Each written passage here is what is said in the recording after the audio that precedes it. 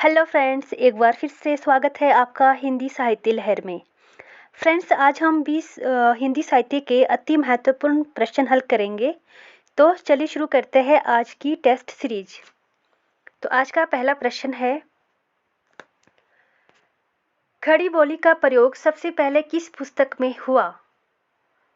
आपने बताना है कि खड़ी बोली का प्रयोग सबसे पहले किस पुस्तक में हुआ। तो ऑप्शन ए भक्ति सागर, ऑप्शन बी सुख सागर, ऑप्शन सी काव्य सागर, ऑप्शन डी प्रेम सागर। तो इसका सही आंसर है ऑप्शन डी प्रेम सागर। प्रेम सागर जो रचना है ये लल्लू लाल जी की रचना है। इसका प्रकाशन हुआ था 1803 ईस्वी में और सबसे पहले खड़ी बोली का प्रयोग इसी पुस्तक में हुआ। अगला प्रश्न, भारतीय भाषाओं को भारतीय संविधान की किस अनुसूची में शामिल किया गया? तो इसका सही आंसर है ऑप्शन ए अष्टम। अगला प्रश्न,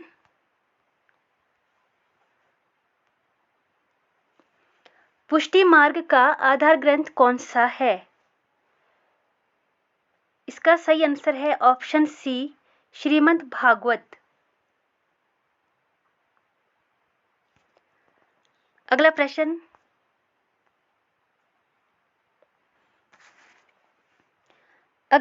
है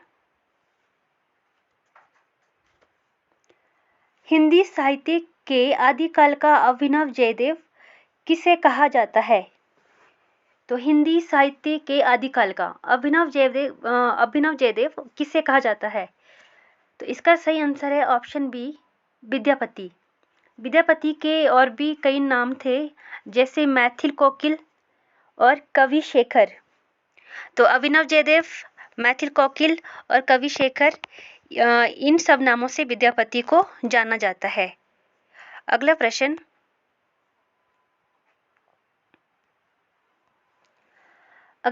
है चक्र का चक्का हो जाना किस ध्वनि प्रवृत्ति का उदाहरण है? ऑप्शन ए विषमीकरण, ऑप्शन बी समीकरण, ऑप्शन सी विपर्य, ऑप्शन डी आगम। तो इसका सही आंसर है ऑप्शन बी समीकरण। चक्र का चक्का हो जाना, इसमें संयुक्त व्यंजनों के समीकरण या संयोग का ये एक उदाहरण है। तो इसका सही आंसर हो जाएगा ऑप्शन बी समीकरण। अगला प्रश्न, ग्रीम नियम किस भाषा की ध्वनियों से संबंधित है?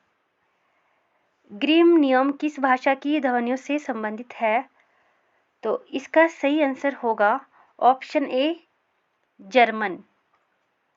ग्रीम नियम ये जर्मन की भाषा ध्वनियों से संबंधित है।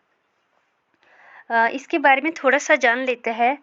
जर्मनी के एक विद्वान थे याकोब ग्रीम, जिन्होंने 1922 ईस्वी में जर्मनी भाषा का एक व्याकरण लिखा। तो इस व्याकरण में ग्रीम ने ध्वनि परिवर्तन संबंधी कुछ नियम दिए, तो उन्हीं के नाम पर इसका नाम बन गया ग्रीम नियम। अगला प्रश्न है,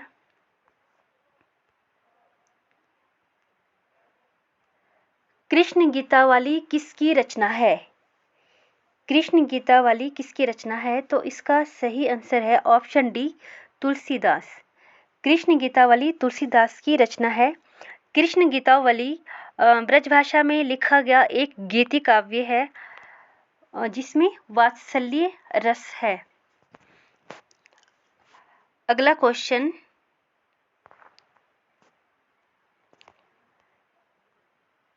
आवत जात पनिहा टूटी बिसरी गयो हरि नाम, यह पंक्ति किस कवि की है? इसका सही आंसर है ऑप्शन सी कुंभन दास। अगला प्रश्न,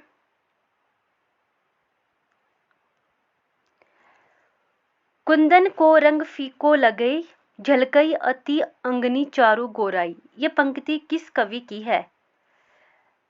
तो ये पंक्ति है मतीराम की, ऑप्शन डी राइट आंसर। अगला प्रश्न, क्वेश्चन नंबर 10,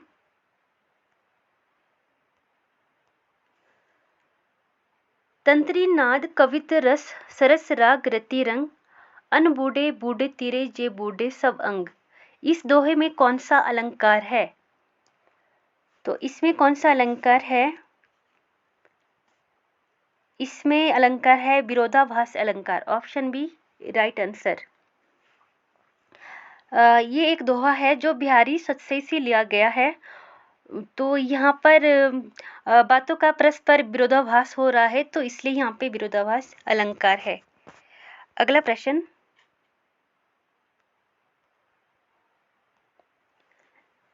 हिम किरीटिनी किसकी रचना है? इसका सही आंसर होगा ऑप्शन ए माखनलाल चतुर्वेदी। माखनलाल चतुर्वेदी माखनलाल चतुर्वेदी की रचना है हिम किरीटिनी, जिसका प्रकाशन वर्ष है 1943 ईस्वी। अगला प्रश्न,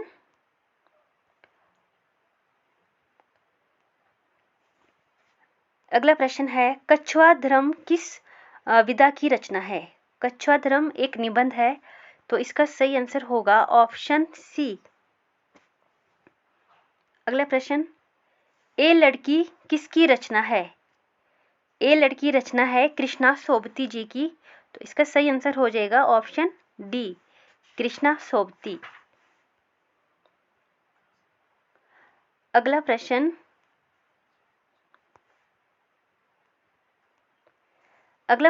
है चॉकलेट उपन्यास किसकी रचना है?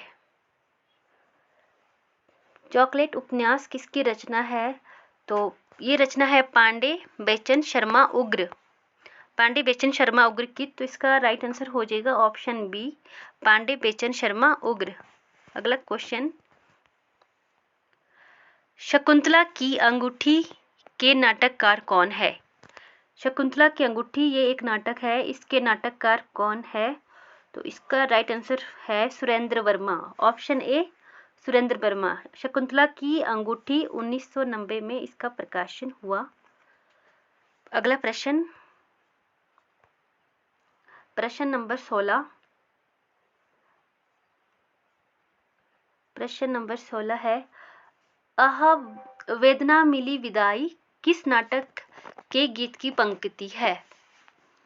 तो ये है पंक्ति है सकंदगुप्त के नाटक की, तो इसका राइट आंसर हो जाएगा ऑप्शन सी। अगला प्रश्न, सारिका पत्रिका का संपादन इनमें से किसने नहीं किया? सारिका पत्रिका का संपादन इनमें से किसने नहीं किया? तो इसका राइट आंसर हो जाएगा Rajendra Yadav, option C. Next question,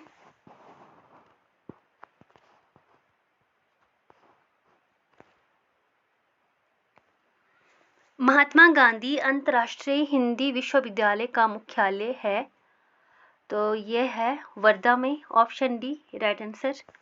अगला प्रश्न,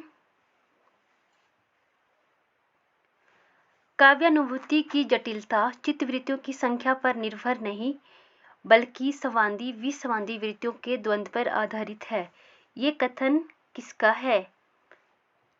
ये कथन है नामवर सिंह का, ऑप्शन बी राइट आंसर।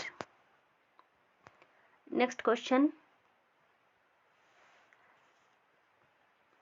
लॉन्जाइनस के अनुसार उदात्त का प्रमुख स्रोत क्या है? तो उदात्त का प्रमुख स्रोत है भाव प्रवणता, तो इसका राइट आंसर हो जाएगा ऑप्शन सी भाव प्रवणता।